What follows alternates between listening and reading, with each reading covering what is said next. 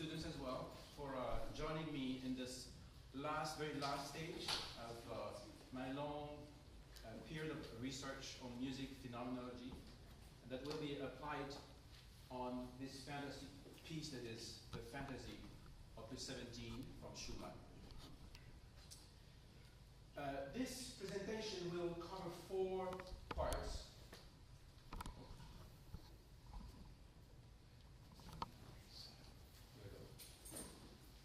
First, demo, musical demo on a short piece. Then the theoretical ground, what is phenomenology. Then I will describe, according to this background, I will describe just a section, the first section of the fantasy itself, and I will perform it. Many of you are wondering what phenomenology is. As a first step towards the answer, and because phenomenology is based primarily on perception and experience, I will start with this exercise in a phenomenological mode of listening.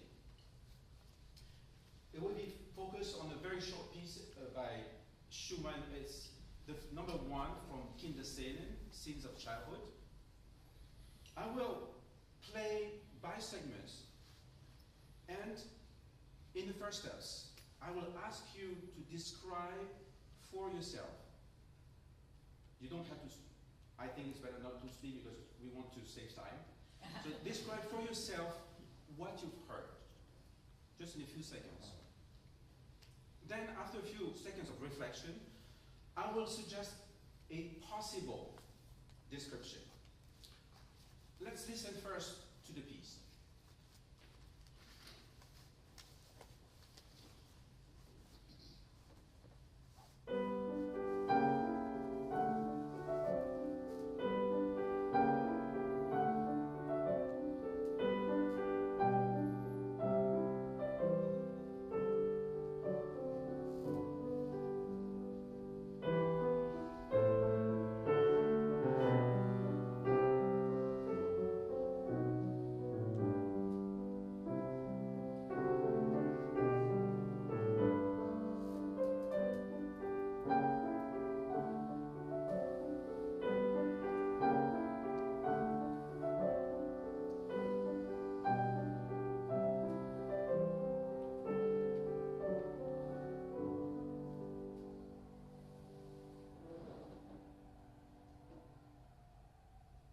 Now we'll talk about the piece and how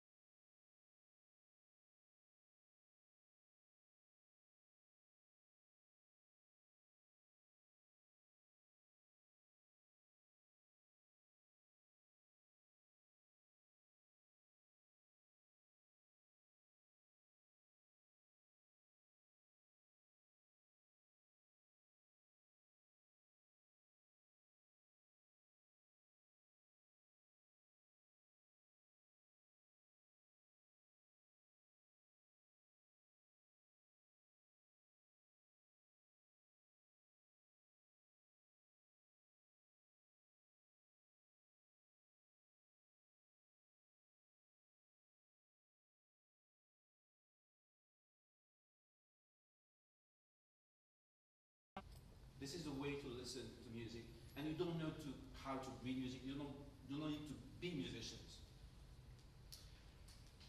Let's add a second phrase.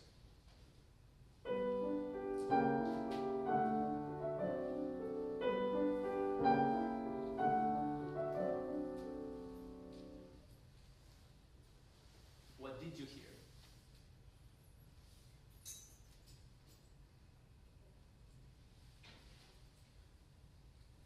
Well, I would suggest my first expectation for something more was met, right?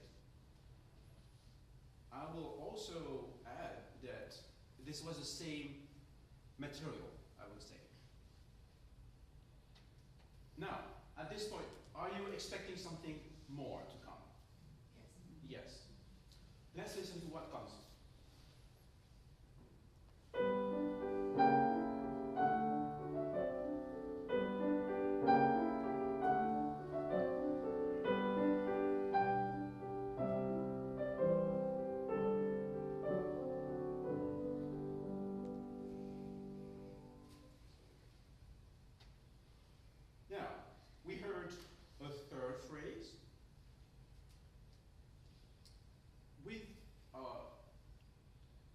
contrasting harmony at the beginning.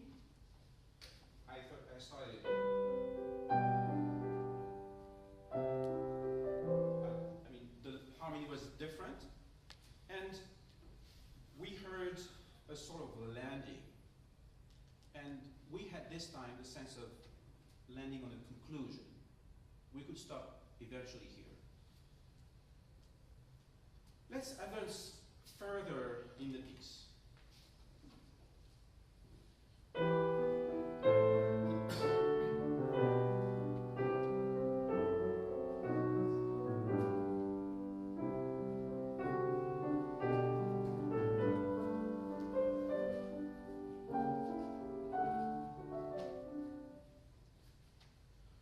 How can we describe what happened in very simple terms? Well, this second part starts with a contrasting harmony. This way I play a bit louder. There's a melodic motion that is different. That descends step by step. Also the texture is a little bit different. And then we have an ascending phrase. And at this point, we might expect something. Maybe a structural turn of the piece, like returning to the initial material. Maybe something different, but definitely we are expecting something to come. At this point, if I start again with the melody, the initial theme, if I expected something to come back again, my expectation is met. Then I feel a sort of tension release. Oh, I'm home, I know this. If on the other side it was not met and the music is different, this expectation is sort of thwarted and I have more tension, so to speak. All of these considerations show how, while listening to music, I can step back and integrate the relationships between the parts. Then I perceive more than a succession of musical events. I can envision an entity, a unified trajectory, so to speak, that no longer depends upon time. At this stage, I transcend time, so to speak.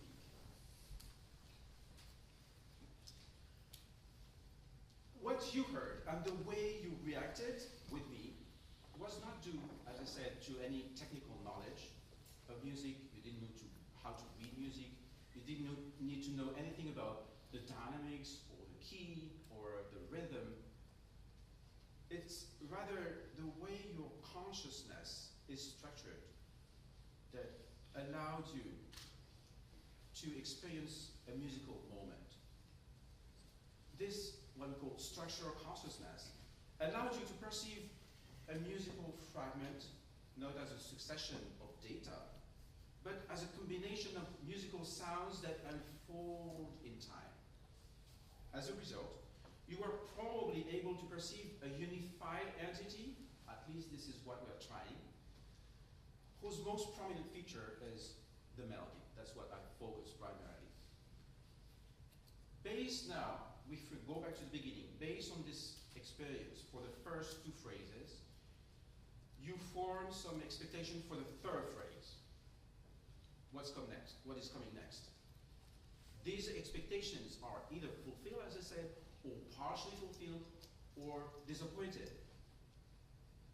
It is this interplay between the experience phenomena, the music, and yourself. If you are fulfilled or not fulfilled. This creates musical tensions. We'll go back to what is a musical tension more in detail. But what I want to say here, in turn, those musical tensions can either increase or decrease in the subsequent sections of music, and so forth. what I did now is describing possible ways of listening to music. This was our introduction.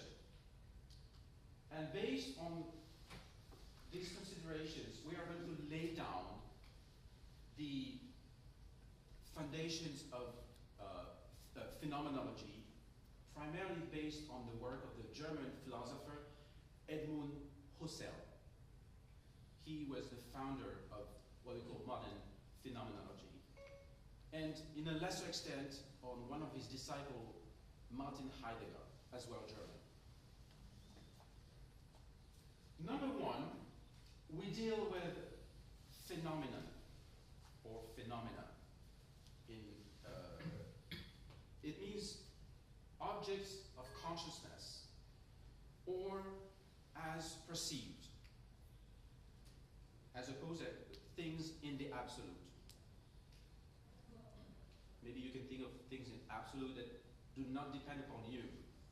The fact that the sun exists, I think we can all agree that it will continue to exist. Things like that. But a phenomenon is a thing of which nature depends on how I perceive it. Number two, phenomenology attempts to focus not only on the object, but also on the way I perceive it. So phenomenology integrates into one single approach both the object and the subject. Considering that we perceive things through our consciousness, we aim at studying the structures of human consciousness. Husserl defined that, Husserl considered that consciousness is constituted by the objects to which it points or intends, and only by them. So it's, in his viewpoint, it's not something that you can delineate. It's not a function, like a body function. It exists from the moment there's something to focus on. In other words, consciousness is always and in every instance being conscious of something. This is what he considered actually his mentor, Brentano, labeled intentionality. In this study, I'm personally considering consciousness as my open door on the world. I'm a bit more simple. It's my connection with beings and things of the world. Even before I start reacting to my emotions or my thinking. This is the very first stage. Number three, epoche. It's a Greek word which means suspension. Phenomenology endeavors to set aside or bracket out assumptions about the object of study. I don't condition my perception to my accumulated knowledge. I don't filter the way I perceive the experience, and I don't try to connect with it according to my theories, but rather I stay open. And the experience is each time unique and different. However, it's very difficult to apply in a radical way. Husserl was very radical, and his disciple Martin Heidegger was a little bit more tempered. And he was the founder of what we call hermeneutic phenomenology. It means to interpret things. And in this regard, I just choose what I set aside. So for me, it's primarily the structure of the music. So I don't try to condition my approach to such and such form, or also interpretation and things like that. Number 4, internal time consciousness.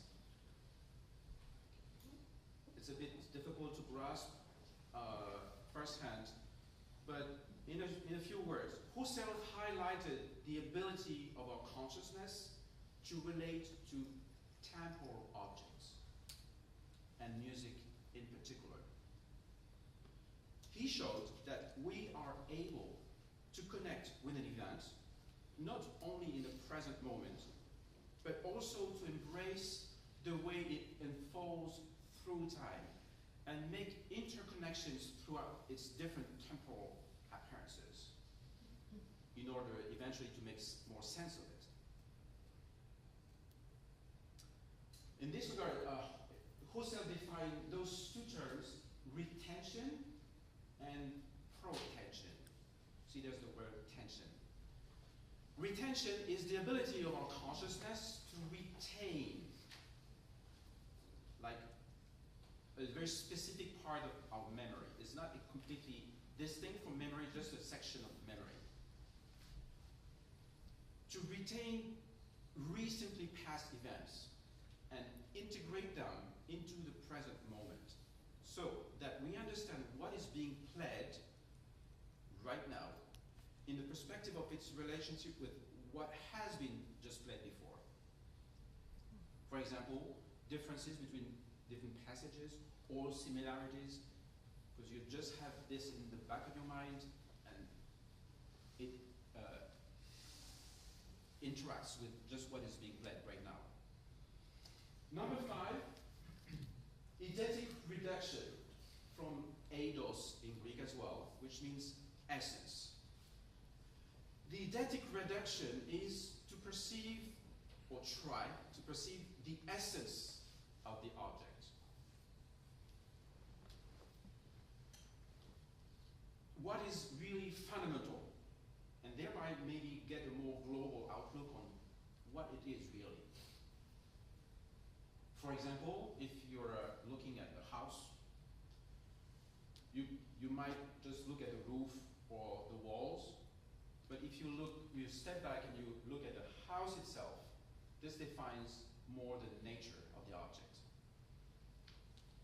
The last point, intersubjectivity.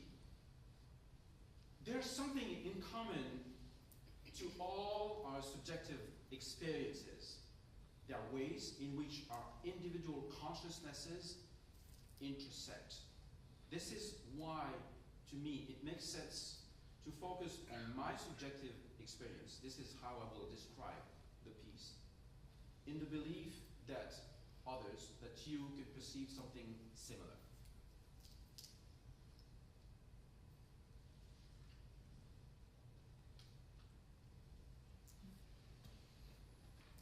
Now, we'll apply a bit more specifically to music.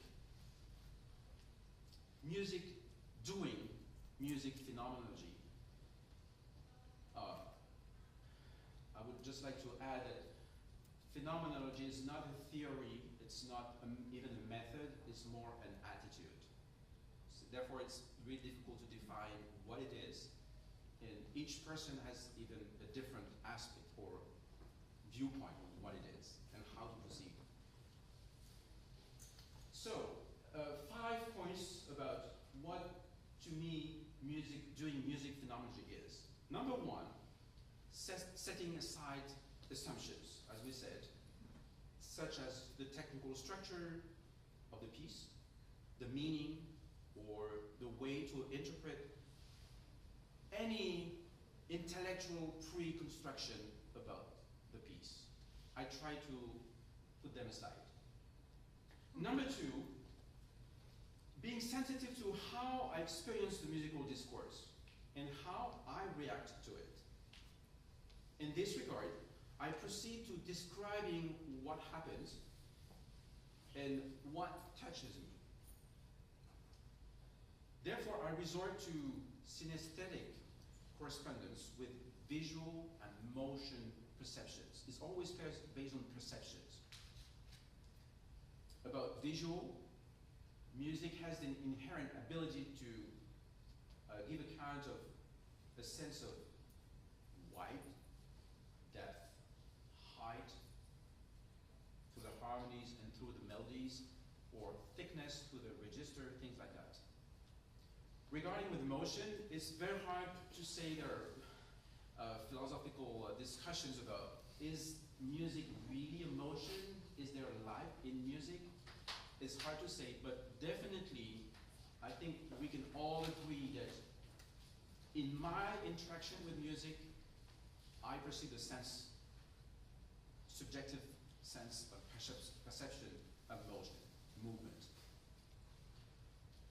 I also take into account Husserl's retention and protension in order to connect with the timely dimension of music in a very tangible way, as tangible as possible.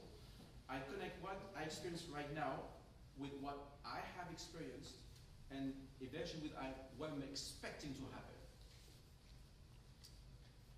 Number 3, I endeavor to look systematically for perceived musical relationships. And for me, this is probably one of the most important features for us as performers. How does it have an impact on the way I live and I perform music? I try to experience how I perceive each phrase and how phrases are related to each other, and then sections, bigger portions of music. Number 4, as a tangible marker of the connections I have mentioned, I give a graphic account of the musical tensions as I perceive them. The musical tensions, it results from all of the musical parameters: melody, rhythm, harmony, dynamics, texture. And each parameter has a specific tension line. It varies through a piece and through time. Now, overall, I try to combine all of them in a united perception of how the tension goes through the piece. The last point, unity. For me, this is the ultimate goal. All of this process eventually allows us, or me as a subject and subjective person, to perceive a piece of music as more than a succession of musical fragments, no matter how beautiful they might be in themselves. I might experience the piece as a unified entity, and perhaps in this way find a deeper meaning. At this point, I would like to describe also how the traditional musical analysis tools like melody, harmony, rhythm, and so forth are involved into this perceptual approach. These components can touch me. They harbor in themselves phenomenological or perceptual contents. So the goal is to observe how the melody, the harmony, the rhythm, and so forth contribute to create what I call the musical tension line. As one of the foundations for this, I'm grounding my approach on the work of Leonard Meyer. I accept his premise that, similarly to everyday life, music triggers in us some automatic response patterns, whether natural or learned. It's like emotional. Usually, you react through your emotions first, and then you start thinking, usually.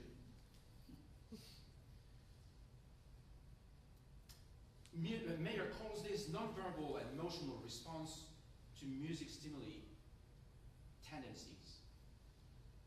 These tendencies create expectations.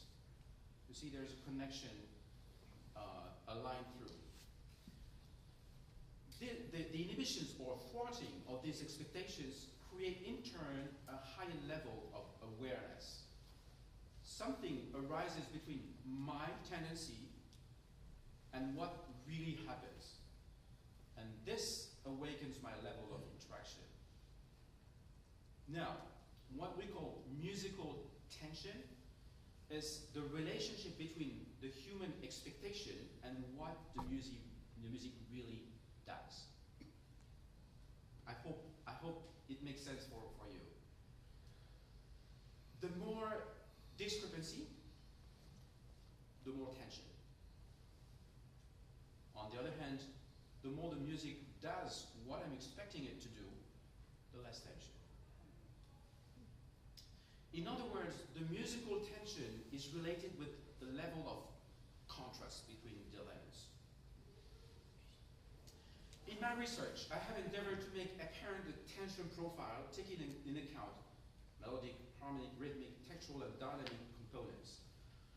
I have to clarify, however, that as phenomenology is based on perception, which is subjective, these tension profiles that we will see are subjective. This is how I perceive them. But, referring to the principle of intersubjectivity that I mentioned, you remember the overlapping or intersection of our consciousness? There's something in common. This is why I hope and I trust that during this process, you will find some similarities with what I experienced.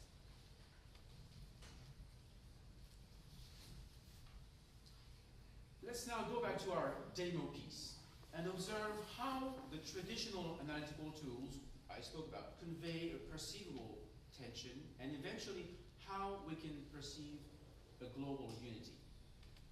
So as we said, tensions, musical tensions, are generated by contrast with the tones, neighbor tones, or distant tones, harmonies that attract each other or repulse each other, rhythmic and meter changes, opposed registers, and dynamics.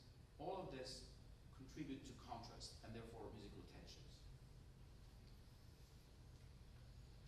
Let's apply this to our demo piece.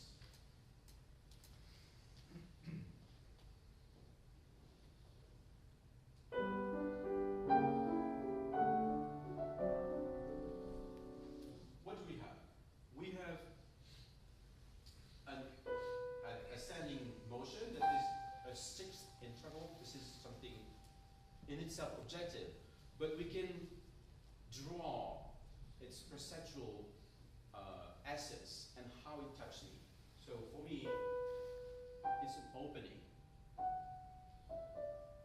Then we have a contrast between this sixth and the other neighbor tones descending. You see the contrast between the first interval and the others. That's on the side of the melody. Now, on the harmonic side, where is the contrast? Or let's say, where's the maximum tension? It's on the second beat. This C sharp diminished word is the where we find the most tension and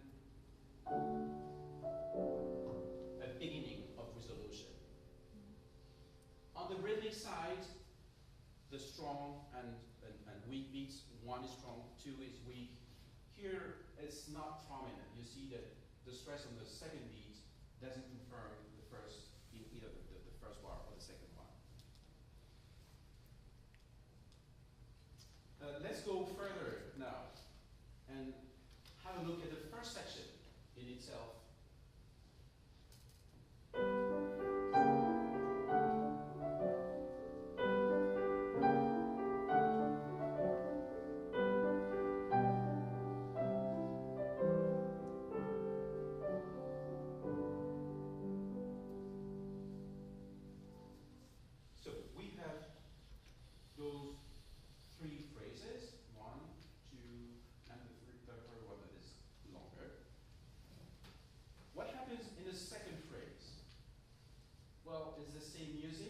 Same material, the discovery phase is gone, and if it's played exactly the same way, I'm really expecting, during the play of this phrase, I'm expecting something to change. If nothing changes, this expectation is not met. And it creates a contrast with my expectation, therefore my tension, let's call it emotional or expectory tension, arises. Now, at the end, if the third phrase, as it does, starts again, my expectation level is at its climax. I know that something is going to change this time. What happens? Well, it starts exactly the same, the first beat. The second note is the same as the melody.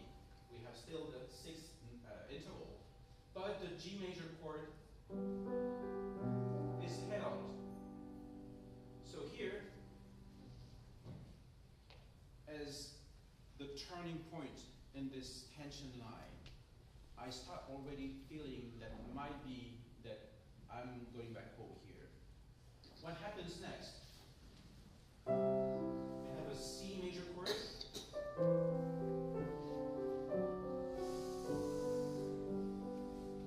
And therefore, my expectation of going back home is met.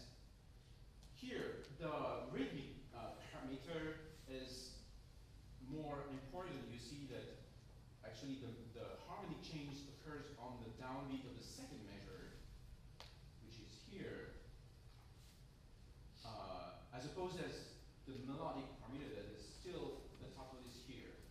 So the stress would be rather, the stress of the phrase itself would be rather on this beat here.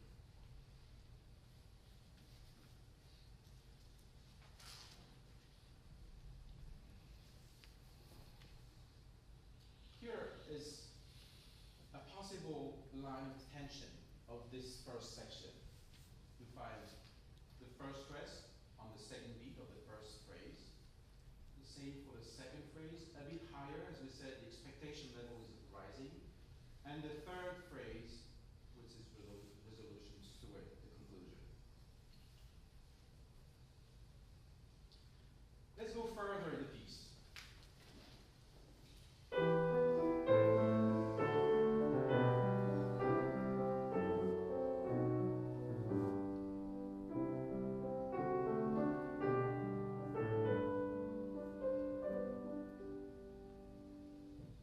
We already started to describe. Now, I'm describing more with technical analytical tools. What happens?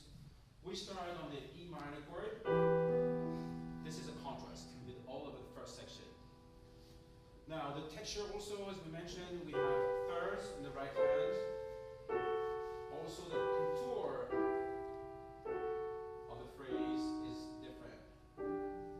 It's restrained intervals as opposed to this big interval of sixth. Now, we arrive to this point in the third system. The melody returns to a stepwise ascending motion, and the harmony resets over this passage in a G minor context. So we feel